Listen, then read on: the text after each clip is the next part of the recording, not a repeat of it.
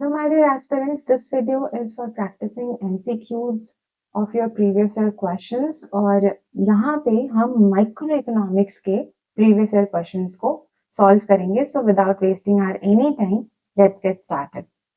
Starting with the very first question, question number 1. एक minute मैं जरा सा color choose कर लूँ. हाँ, मेरे से भी okay, fine. So the first question ये December 2015 में आया था. Based on the adjoining income consumption curve, choose the correct statement. आपके पास ये एक इनकम कंजम्पशन कर्व यहाँ पे दिखाई दे रहा होगा एंड ये वाला पोर्शन दिख नहीं रहा है बट यहाँ पे गुड ए लिखा हुआ है, राइट? यहाँ पे गुड ए लिखा है और इधर तो आपको विजिबल है good b. Fine. So good a and good b दो चीजें हैं और यहाँ पे एक इनकम कंजम्पशन कर्व है. सो इससे आपको ना ये इन चारों ऑप्शंस को देख के बताना होगा कि कौन से ऑप्शन सही है इसके लिए. और जैसे कि हम देख सकते हैं कि इंफीरियर गुड और नॉर्मल गुड के बीच का डिस्टिंक्शन बताना है कि गुड ए या गुड बी में कौन सा इंफीरियर गुड है, कौन सा नॉर्मल गुड है. So as we can see कि एट इनिशियल लेवल जब इनकम राइज हो रही है तो आपका कंजम्पशन ऑफ गुड ए जो है वो इंक्रीज हो रहा है, राइट? लेकिन एक हायर लेवल ऑफ इनकम पे वो पोर्शन आप यहाँ पे दिखा पा रहे हो.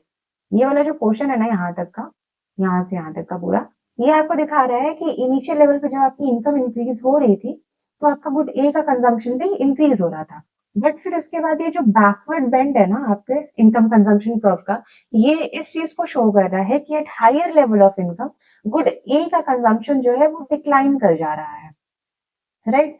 तो जब इंसान की इनकम ज्यादा बढ़ रही है तो फिर वो गुड ए का कंजम्पशन कम करने लग रहा है. So we can draw the conclusion a is an inferior good. हम बी के बारे में ऐसा कुछ बोल नहीं सकते हैं. So yeah, go with the option first. Question number 2. In the above diagram, the consumer surplus is represented by the area of. Okay, fine.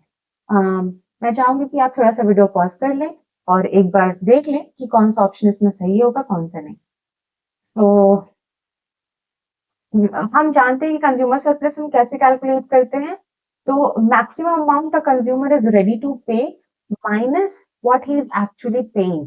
maximum amount he is ready to pay minus what actually he is paying, है ना? इसी को हम क्या कहते हैं, consumer surplus कहते हैं. ऐसे ही तो हम निकालते, यही हमारा बेसिक कॉन्सेप्ट है, राइट? सो इस डायग्राम में अगर हम देखना चाहें तो मैक्सिमम अमाउंट ए बी जो हमारी है वो क्या है, वो हमारा डिमांड कर्व है, राइट? इतना तो आपको पता होगा, ये डिमांड कर्व है हमारी. और सी डी जो है वो सप्लाई कर्व है हमारी, राइट? तो जो पॉइंट ए है ना, ओ ए जो पॉइंट ये पूरा शो कर रहा है, ये हमें शो कर रहा है कि ए लेवल तक का प्राइस जो है वो मैक्सिमम प्राइस पे करने के लिए एलिजिबल है या पे करने के लिए तैयार है कंज्यूमर. फाइन. कहाँ तक? ए पॉइंट तक प्राइस पे करने के लिए वो तैयार है. बट एक्चुअल में मार्केट उसके पे थोड़ी सी दयालु हो गई और वो कही कि नहीं भाई साहब, आप एक काम करिए कि आप ओपी प्राइस तक की पेमेंट करिए, हम आपसे इतना ज्यादा प्राइस नहीं लेंगे, ओ ए नहीं लेंगे, हम ओपी लेंगे. तो एक्चुअल पेमेंट उसने कितनी की है? पी की लेवल तक की है कि नहीं? वो करने को तैयार था O A but actually he is paying OP, right? For Q quantity of commodity. ठीक है, यही Q quantity of commodity, O Q. Now this is the actual payment, this is the maximum payment. So हमारा जो triangle A P E है, ये वाला जो है ना, ये जितना मैं शेड कर रही हूँ, ये वाला जो ट्राइंगल है, it is showing what? Consumer service. ठीक है जी. Okay, next question. It is also of consumer surplus. In the standard adjoining diagram, the measure of consumer surplus is. But यहाँ पे अगर आप ऑप्शंस देखोगे ना तो आपको ये समझ में आएगा कि एरिया नहीं पूछा यहाँ पे कंज्यूमर सरप्लस का. यहाँ पे क्या पूछा गया है आपसे? यहाँ पे आपसे वर्टिकल डिस्टेंस पूछा गया है, राइट? सो हम जैसे कि यहाँ पे देख सकते हैं, ये आईसी कर्व है, ओके. और यहाँ पे हम देखेंगे ना, जो ओ पी लेवल है, पी तक का प्राइस जो है कंज्यूमर पे करने के लिए तैयार है. ठीक है, कंज्यूमर पे करने के लिए तैयार है ओ पी तक. ओ पी इनिशियल लेवल उसके पास पी तक का है. ठीक है, एक्चुअली वो कितना पे कर रहा है? एक्चुअली वो पे कर रहा है, देखो इक्विलिब्रियम लेवल यहाँ पर है ना, इधर है. है ना, यहाँ पे टेंजेंशियली इंडिफरेंस कर्व टेंजेंट है यहाँ पे ई पॉइंट पे, तो that is our equilibrium point, और वो इतना अमाउंट पे कर रहा है ना, वो इतना करने के लिए केपेबल था, right, but what he is actually paying is this one. So we can say that AP, ये जो vertical distance है ना हमारी AB, this is our consumer surplus, and hence option B will be the correct. Okay. Moving to the next question. Slutsky equation explains. We all know कि Slutsky equation जो है वो हमारा प्राइस इफेक्ट को income और substitution effect में तोड़ता है, एंड हमने कभी ना कभी अपने ग्रेजुएशन पोस्ट ग्रेजुएशन में ये वाली इक्वेशन जरूर पढ़ी है. Price effect is equal to income effect plus substitution, है ना. और जब हमने हिक्स का डिमांड कर्व वगैरह पढ़ा था तब हमने इसको अच्छे से पढ़ा रहा होगा. So Slutsky equation explains split between price income and substitution effect, right. यही है. यस, यही है. Option number C will be the correct. In consumption, inferior goods have. Inferior goods होते क्या हैं? Inferior goods वो होते हैं कि हाँ,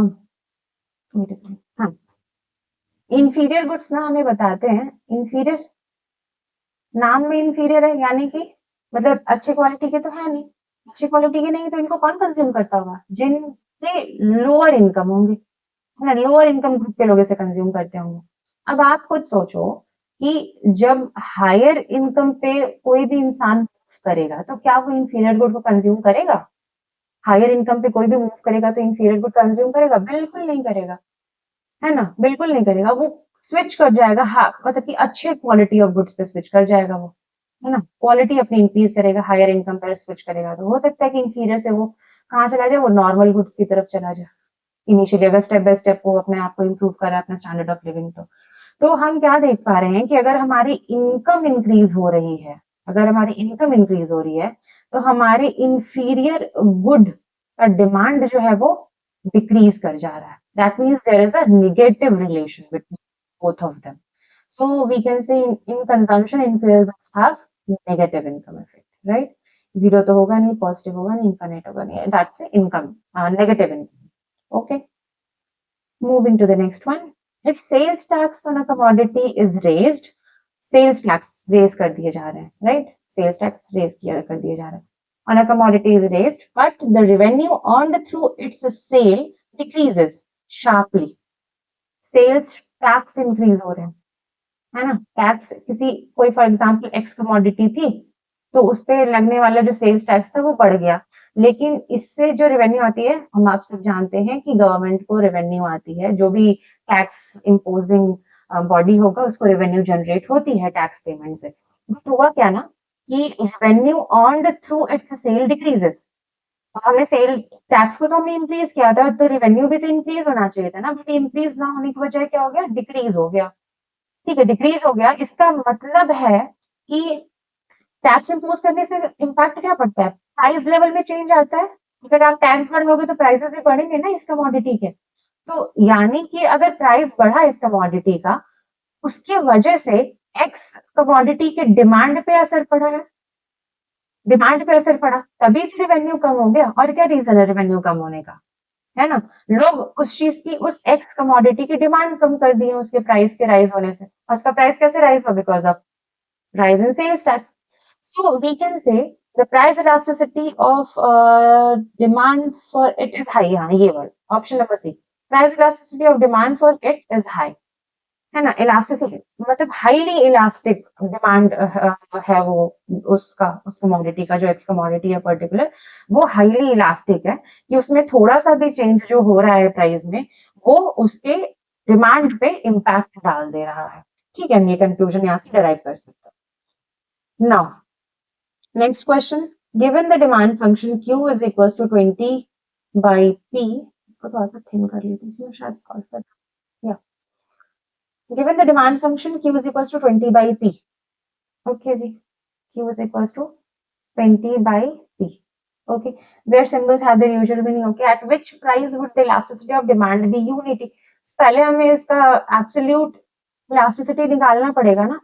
So इसकी elasticity का फॉर्मूला क्या होता है? Delta minus of delta Q by delta P into P by Q. यही होता है फॉर्मूला, राइट। अब हमें क्यू दे रखा है तो हम इसको अगर पी के रिस्पेक्ट में डिफ्रेंशिएट करते हैं तो ये आ जाएगा, या ये वाला फंक्शन आ जाएगा, है ना। और फिर पी बाई क्यू हम अलग से पुट कर देंगे तो हमारा ई डिफाइंड हो जाएगा। करते हैं इसे, ब्लैंक स्लाइड ले लेते हैं एक बार, या सो हमारा डिमांड फंक्शन क्या था, q is equals to 20 by p, यही था। अब हम delta q by delta p करते हैं। सबसे पहले इसके लिए क्या करना होगा, हमें इस क्यू को विथ रिस्पेक्ट टू पी हमें डिफरेंशिएट करना होगा। तो इसको हम कैसे डिफरेंशिएट करेंगे, ये हमारा आ जाएगा 20 बाई पी स्क्वायर ही आएगा। 20 बाई पी स्क्वायर कैसे आएगा, देखो 20 इंटू पी टू पावर -1 लिख सकते हैं इसको, इस पोर्शन को लिख सकते हैं ना, q is equal to 20 into p to power -1, आगे माइनस भी लगेगा यस। अब ये इधर जाके मल्टीप्लाई हुआ और यहाँ पे एक और माइनस हो जाता है, यही तो होता है। तो -20 यहाँ पे इंटू होगा into p to the power -2, so ये क्या हो गया -20 अपॉन पी का स्क्वायर, वही यहाँ पे लिखा है हमने, है ना। अब ईडी फाइंड करने के लिए क्या करना होता था, minus of -20 by P square, ये हमने इसकी वैल्यू पुट कर दी है, इंटू पी बाई क्यू भी तो था, पी बाई क्यू, और क्यू की वैल्यू क्या है 20 बाई पी है, तो रख सकते हैं 20 बाई पी। अब इसको सॉल्व कर लेते हैं। ED is equals to minus minus will become positive, so 20 upon p square into ये p इधर चला जाएगा p square upon 20, क्या आ गया, ये कैंसिल आउट होके 1। और अगर हम जान रहे हैं कि इसकी एब्सोल्यूट इलास्टिसिटी, डिमांड इलास्टिसिटी जो है वो क्या है 1 है, इसका मतलब ये हुआ ना, इससे कंक्लूजन ये डिराइव होता है कि इसकी हर एक प्राइस पे, चाहे प्राइस लेवल जो भी हो, हर एक प्राइस पे P1, P2, P3 कोई भी प्राइस लेवल हो, हर एक प्राइस पे इसकी जो डिमांड इलास्टिसिटी होगी ना वो 1 ही होगी। ठीक है जी, देखिए इधर, and hence option number 4 will be the correct one, all of the above. ठीक है, now next question, why does the demand curve have a negative slope, due to income effect only, due to consumption substitution effect only? Choose करना है, तो दोनों ही reasons होते हैं, हम जानते हैं दोनों ही रीजन होते हैं, इनकम इफेक्ट से भी होता है, सब्स्टिट्यूशन इफेक्ट से भी होता है, so both 1 and 2। sorry, the demand for rare paintings and rare stamps etc is explained by which of the following effects, rare paintings and rare stamps, इसको आप इसका आंसर तो होगा स्नॉब इफेक्ट, ये स्नॉब इफेक्ट होता है। आप इन तीनों को पढ़ लेना, दो तीनों ही इंपॉर्टेंट होते हैं और तीनों एक दूसरे से काफी ज्यादा मतलब सिमिलर होते हैं। The demand for rare paintings and rare stamps जैसे होते हैं ना, कि आप किसी एग्जीबिशन में जाओ और कोई बहुत ही रेयर चीज दिख जाती है तो बड़े बड़े लोग क्या होते हैं उसे खरीद लेते हैं। क्यों खरीद लेते हैं उसे, बिकॉज वो रेयर है ना, वो एंटीक पीस है, वो रेयर है, वो हर किसी के पास नहीं होती है। रिमेम्बर, हर किसी के पास नहीं होती, this will be the keyword, और वो रेयर होती है, इस वजह से उसको वो लोग खरीदते हैं। This is snob effect, right. Band wagon effect ना डेमोन्स्ट्रेशन इफेक्ट जैसा कुछ होता है कि अगर अच्छा सब खरीद रहे हैं, ये चीज ट्रेंड में है तो हम भी खरीद लेते हैं, that will be your band wagon effect. ठीक है, और स्नॉब इफेक्ट क्योंकि कोई चीज बहुत ज्यादा रेयर है, बहुत ज्यादा एंटीक है, इसलिए खरीद रहे हैं। देन वेबलन इफेक्ट क्या होगा, देखो आप यहीं पे तीनों इफेक्ट पढ़ लिए। वेबलन इफेक्ट क्या होगा, वेबलन इफेक्ट मतलब अगर किसी चीज की प्राइस बढ़ रही है ना, इसकी वजह से उसके डिमांड में राइज हो रहा है, और ये कहाँ पे होता है, ये लग्जरी गुड्स में होता है। लग्जरी गुड्स की जो लोग डिमांड करते हैं, हायर इनकम लेवल ग्रुप के लोग जो डिमांड करते हैं लग्जरी गुड्स की, करते हैं क्योंकि उसकी प्राइस अधिक होती है, that is why they demand. Okay, वो होता है Veblen effect. So here snob effect will be your answer. Now consider the following diagram with parallel demand curves A B and C D. Okay, दो demand curves यहाँ पे हमें दिए हैं, A B and C D. Point R and S is equal, point R is less than, okay fine. अब देखो यहाँ पे इस क्वेश्चन को सॉल्व करने के लिए आपको याद होगा कि हम एक पॉइंट इलास्टिसिटी करके पढ़ते थे, और उसमें हमने एक चीज पढ़ी हुई थी, लेट मी ड्रॉ। अगर फॉर एग्जांपल ऐसे कोई डिमांड कर दे, थोड़ा सा टेढ़ा बन रहा है, मैनेज कर लेना, ऐसे ये एक डिमांड कर्व बन रहा है, तो इसका जो मिड पॉइंट होता है, एकदम मिड पॉइंट जो होता है, यहाँ पे इलास्टिसिटी ऑफ डिमांड की वैल्यू होती है 1।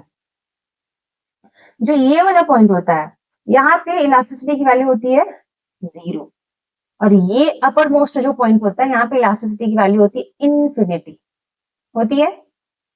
और ये जो इतना एरिया होगा, यहाँ पे आप जानते हो कि इलास्टिसिटी की वैल्यू क्या होगी, विल बी लेस देन 1। क्यों? क्योंकि 1 से 0 की तरफ जा रही है ना, वैल्यू तो डिक्रीज कर रही है, राइट? तो elasticity will be less than 1। और ये जो एरिया होगा 1 से इंफिनिटी की तरफ जा रही है, मतलब कि वैल्यू आपकी इंक्रीज कर रही है। So that is why elasticity of demand की वैल्यू जो होगी वो ग्रेटर देन 1 होगी। ठीक है, इतना पॉइंट क्लियर हो गया। ये होप हम इस क्वेश्चन को कर सकते हैं। देखो पॉइंट आर जो देखो पॉइंट आर और पॉइंट एस की इलास्टिसिटी क्या सेम है? पॉइंट ऑप्शन नंबर ए के हिसाब से पॉइंट आर यहाँ पे, पॉइंट एस यहाँ पे। अब आपको देखने मिलेगा अरे दोनों तो एक ही बराबर पे है, तो दोनों की तो इलास्टिसिटी इक्वल ही होगी, बट ऐसा नहीं है। क्यों नहीं है? देखो जरा, जो पॉइंट आर है ना, इंडिविजुअली दोनों को बना के देख सकते हो। जो पॉइंट आर है ना, वो कुछ यहाँ पे लाई कर रहा है अपने डिमांड कर्व ए बी पे। ए बी उसका डिमांड कर्व है, इस ए बी डिमांड कर्व पे आर पॉइंट जो है थोड़ा सा ऊपर लाई कर रहा है। और जो डिमांड कर्व सी डी है, मान लो ये C D demand curve, individual दोनों को बना के देखो, वो इधर लाई कर रहा है, कुछ मिड की तरफ पे लाई कर रहा है वो। तो हम अभी तो ये पढ़े ना, हम ये जानते हैं ना अभी, ये वाली चीज। अगर हम ये जानते हैं तो हम इन दोनों पॉइंट की इलास्टिसिटी को सेम कैसे कह सकते हैं? हम जानते हैं कि पॉइंट आर जो है वो हाइयर इलास्टिसिटी शो कर रहा है ना। पॉइंट आर की इलास्टिसिटी जो है वो ज्यादा है in comparison to point S की इलास्टिसिटी। ठीक है, तो यही हमारा कंक्लूजन होगा। तो option number B, point R is greater than that at point S. This will be your correct answer. I hope ये क्वेश्चन समझ में आया होगा आपको। नाउ आज के लिए, इस सेशन के लिए लास्ट क्वेश्चन है। Assume that people like onions on their hamburgers. If the supply of hamburgers decrease, the demand for onions will most likely. Okay, यहाँ पे ना ये जो रिलेटेड गुड्स हमने पढ़े थे, रिलेटेड गुड हमने जो पढ़ा होगा ये उसके अंदर का है। ठीक है, अब रिलेटेड गुड दो टाइप के होते हैं। रिलेटेड गुड एक टाइप क्या होता है? Complementary goods, right? और एक होता है सब्सटीट्यूट। तो इन दोनों में से कौन सा वाला है ये? People assume that people like onions on their hamburgers, यानी कि सब्सटीट्यूट गुड तो है नहीं, ये क्या है? कॉम्प्लीमेंट्री गुड में आएगा ये, है ना। हैमबर्गर्स के ऊपर अनियन अच्छा लग रहा है लोगों को, तो अगर हैमबर्गर्स की सप्लाई डिक्रीज हो जाती है, if the supply of hamburgers decreases, the demand for onions will be. Onion के तो सप्लाई पे कोई असर नहीं पड़ रहा है, सप्लाई पे किसके असर पड़ रहा है? हैमबर्गर्स के। लेकिन क्योंकि लोगों को अनियंस जो है वो हैमबर्गर के ऊपर पसंद है, यानी कि अगर हैमबर्गर्स की सप्लाई अगर डिक्रीज होगी तो अनियन की भी डिमांड जो है वो डिक्रीज कर जाएगी, है ना। तो decrease because hamburgers and onions are complements, है ना, ये वाला option D will be the correct one. So that's it for this session. I hope आपको क्वेश्चन समझ में आए होंगे, आपको अच्छा लगा होगा। So please like, share and subscribe to keep me motivated. Thank you so much.